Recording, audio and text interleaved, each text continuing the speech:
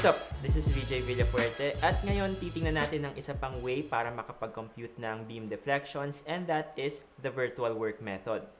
So, maraming na-intimidate sa method na ito dahil siguro sa pangalan niya, ano nga ba yung ibig sabihin ng virtual work sa context ng beam deflections? Well, thankfully, straightforward lang yung method na ito at in some cases nga, ito pa yung pinakamadaling gamitin.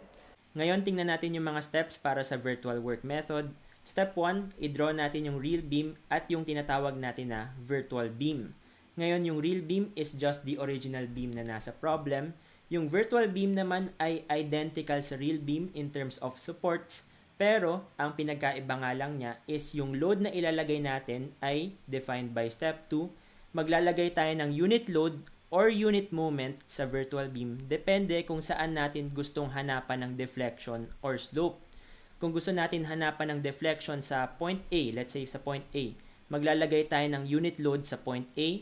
Kung gusto naman natin hanapin yung slope sa point A, ang ilalagay naman natin ay unit moment. Ngayon tandaan nyo, yung unit load na ilalagay nyo ay hindi naka-newtons, hindi kilonewtons, hindi pounds, hindi kips. Ito ay unitless. After natin ilagay yung unit load, sa step 3, i-determine naman natin yung moment equation for each segment of the beam. So, hahati-hatiin natin yung beam into parts at kukunin natin yung moment equation niya. Yung moment equation corresponding to the real beam is defined as capital M at yung moment equation naman for the virtual beam ay defined as small letter m. At ang last step para sa virtual work method is i-apply natin yung equation na ito. Yung deflection or slope ay equal sa the integral from 0 to L of mm over EI. Ngayon, i-define ko lang yung mga terms dito. Yung delta, syempre, is yung deflection. Yung theta naman is yung slope. Parehas lang yung equation nila. Depende ito kung ang nilagay nyo ay unit load or unit moment. Yung capital letter M is yung moment equation ng real beam. At yung small letter m naman is yung moment equation ng virtual beam. Yung E is yung modulus of elasticity ng beam. At yung I naman is yung kanyang moment of inertia. And lastly, yung L is yung length ng segment kung saan kayo nag-evaluate. So, meron tayong shortcut na pwedeng gamitin para makuha yung moment equations at ito ay tinatawag na singularity functions. Ngayon, familiar na siguro yung ilan sa inyo dito kasi ito rin yung same equations na ginagamit ng double integration method or DIM. Ngayon, kung counterclockwise moment yung nakita nyo at nag-evaluate kayo from left to right, ang singularity function ng moment na yan ay negative m times x minus x1 raised to the 0, where m is yung magnitude ng moment, yung x is a variable, at yung x1 naman ay kung saan nagsimula yung moment natin. Take note nyo na kapag nag-iba yung direction ng ating moment or nag-iba yung direction ng pag-evaluate natin from right to left naman, magbabago rin yung sign ng singularity function natin from negative to positive. Next, ganito naman yung singularity function para sa point load. Take note nyo rin na kapag pataas na yung point load natin, magiging positive na rin yung singularity function niya. Ganito naman yung singularity function para sa rectangular distributed load at para sa triangular distributed load. Once again, ito rin yung same functions na ginagamit natin for DIM. So, ngayon na alam na natin yung steps para sa virtual work method, try naman natin siyang gamitin sa isang familiar problem. I-solve ulit natin yung sample problem sa aking conjugate beam video at tingnan natin kung parehas lang ba yung makukuha natin. So, recap lang sa problem natin dati. Meron tayong simply supported beam na may tatlong loads, isang triangular load, isang concentrated load, at isang concentrated moment.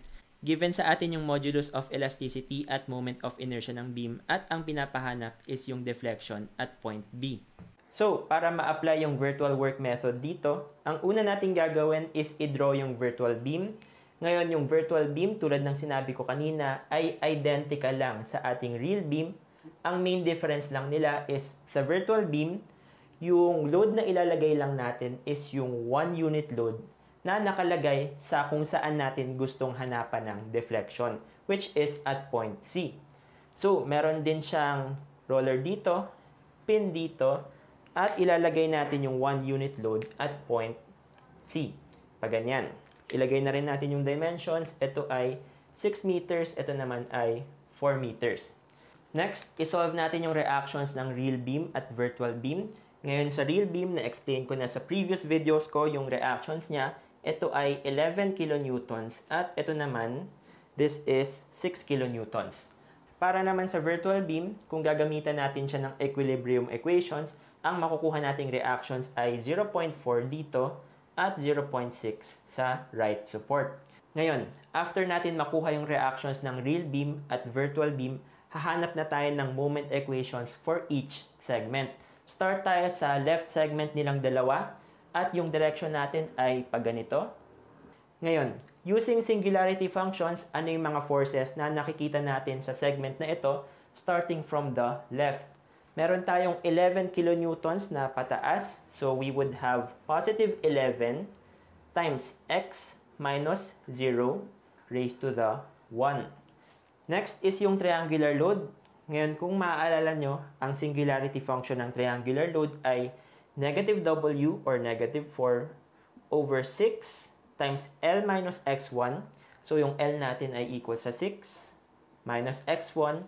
Since yung triangular load natin ay nagsimula sa start ng ating segment, ang x1 ay equal sa 0. Ngayon, ito ay imumultiply natin sa x minus x1 or x minus 0 raised to the third power.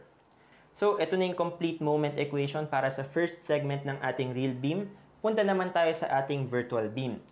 Ngayon, sa virtual beam, isa lang yung force na makikita natin sa left segment niya. Ito yung 0.4 na upwards na point load.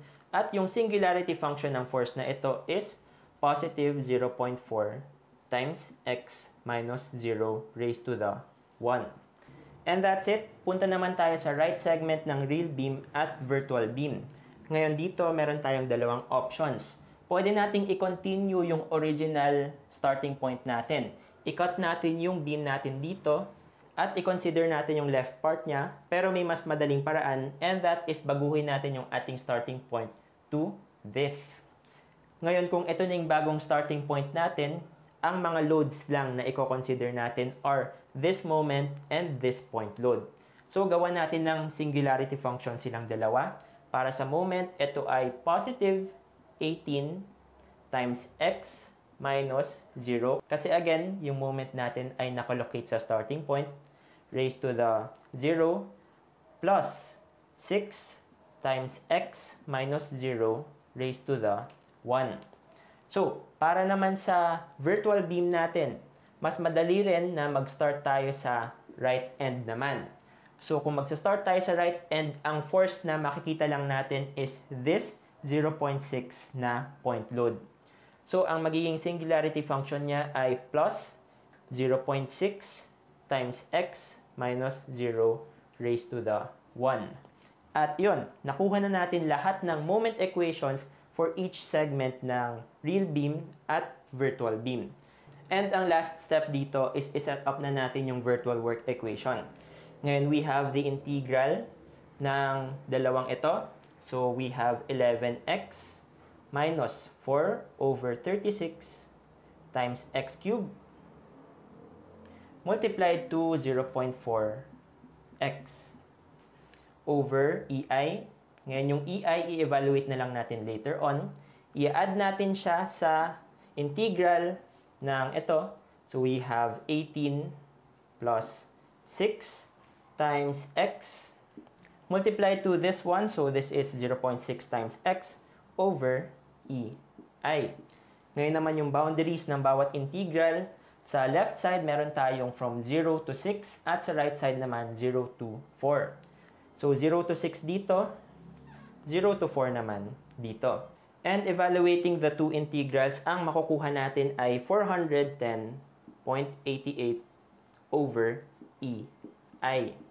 Ngayon, kung isa-substitute natin yung values ng E at I dito, ang E natin ay 200 gigapascals at ang I naman natin ay 125 times 10 to the 6 millimeters to the 4th. Ang makukuha nating deflection is 0.016 meters, or kung i-convert natin siya into millimeters, we would have 16.4 millimeters, which is yung same answer na nakuha natin kapag gumamit tayo ng conjugate beam. And that's it. For the most part, madali lang gamitin yung virtual work method. Ang cons lang siguro nito is kailangan nyo mag-memorize ng mga singularity functions at humihirap yung virtual work method kapag marami ng spans yung beam. Pero syempre, sa board exam, nakakatulong pa rin na marami kayong alam na methods para pwede nyo silang i-compare kapag may time kayo at i-verify kung tama ba yung nakuha nyong sagot. So, if you found this video helpful, don't forget to subscribe and follow us on our other social media accounts for other engineering content. This is VJ Villafuerte. Thanks for watching.